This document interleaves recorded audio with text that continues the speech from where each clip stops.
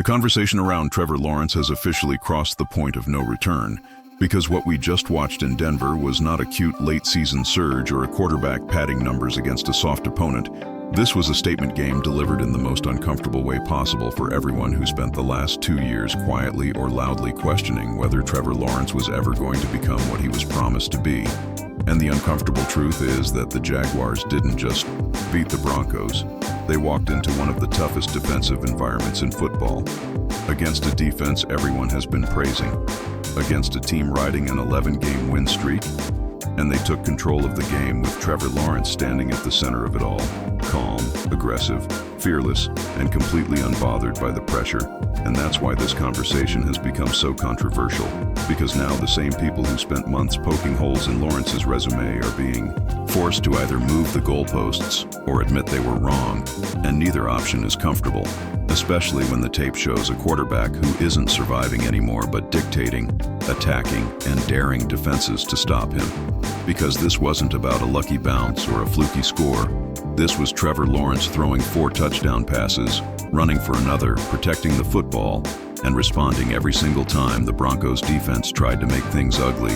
And when a quarterback does that on the road late in the season, with playoff implications swirling everywhere, it stops being hype and starts becoming a real threat that nobody wants to talk about out loud yet. Because saying it out loud means acknowledging that the Jaguars might actually be ahead of schedule, that the AFC picture might not be as safe as certain fan bases thought, and that Trevor Lawrence might be playing the best football of his professional career at the exact moment it matters most. Which is why this win has detonated across the league, because it forces everyone to revisit a question they thought they already answered. And that question is no longer whether Trevor Lawrence is good, but whether anyone wants to see him in January when he's playing like this. What actually happened in Denver is simple on the surface but explosive underneath.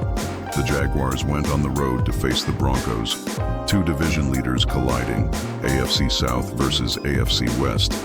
And from the jump, this was supposed to be a test of Jacksonville's legitimacy, because all we heard leading into this game was about the Broncos' defense, how difficult they are, how they pressure quarterbacks, how they don't give up explosive plays.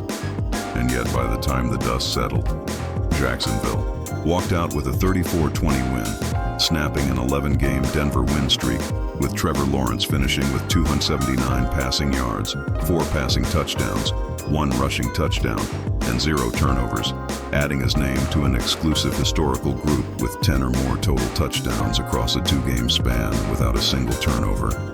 Coming off another big performance the week before, and suddenly the Jaguars are no longer a cute playoff team.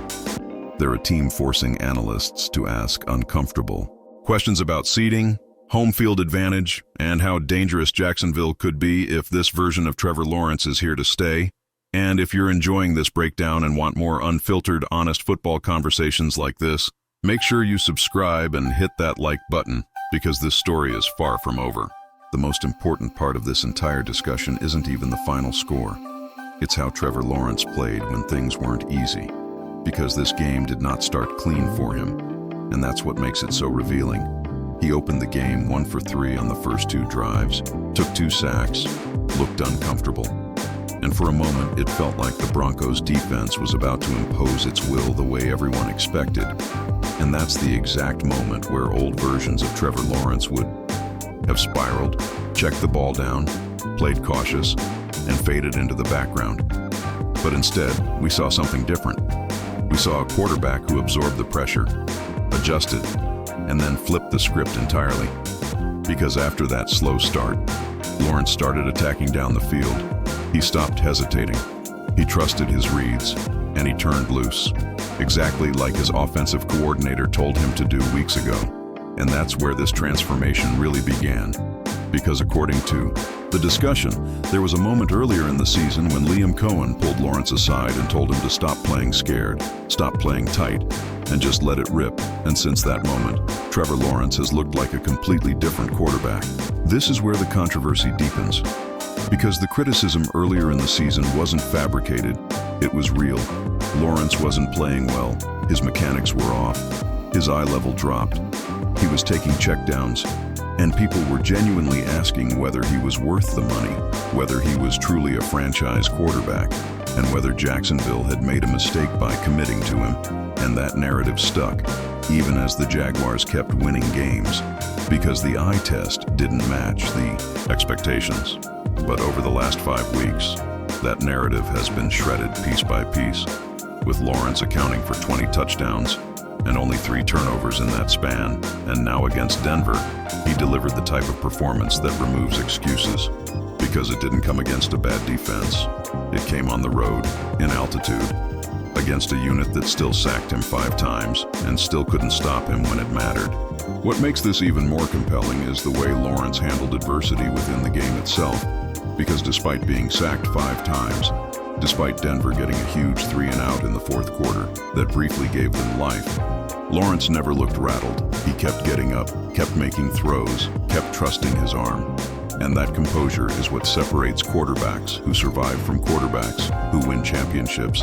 And that's why the locker room impact of this performance can't be overstated, because when your quarterback takes hits, gets sacked, and still stands tall and delivers touchdowns, it changes how everyone around him believes.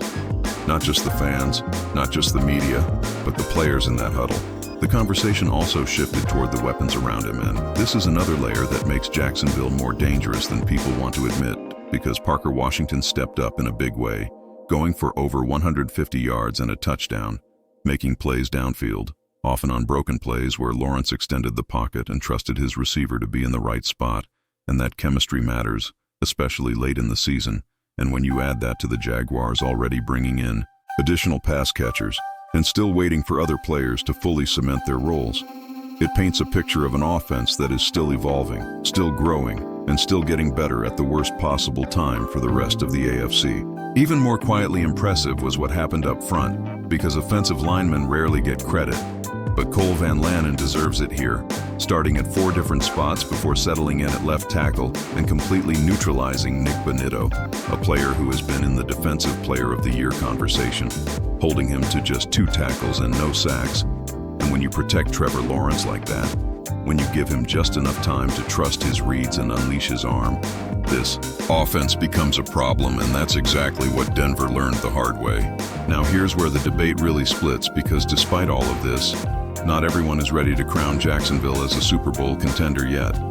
And that skepticism is understandable, because this surge is still relatively recent, and some analysts want a larger sample size before fully buying in, and that's fair.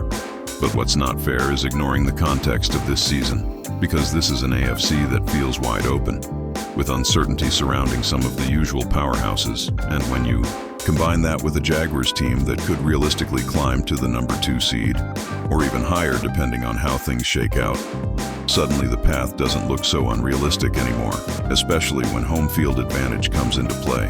What adds fuel to this fire is the belief inside the building.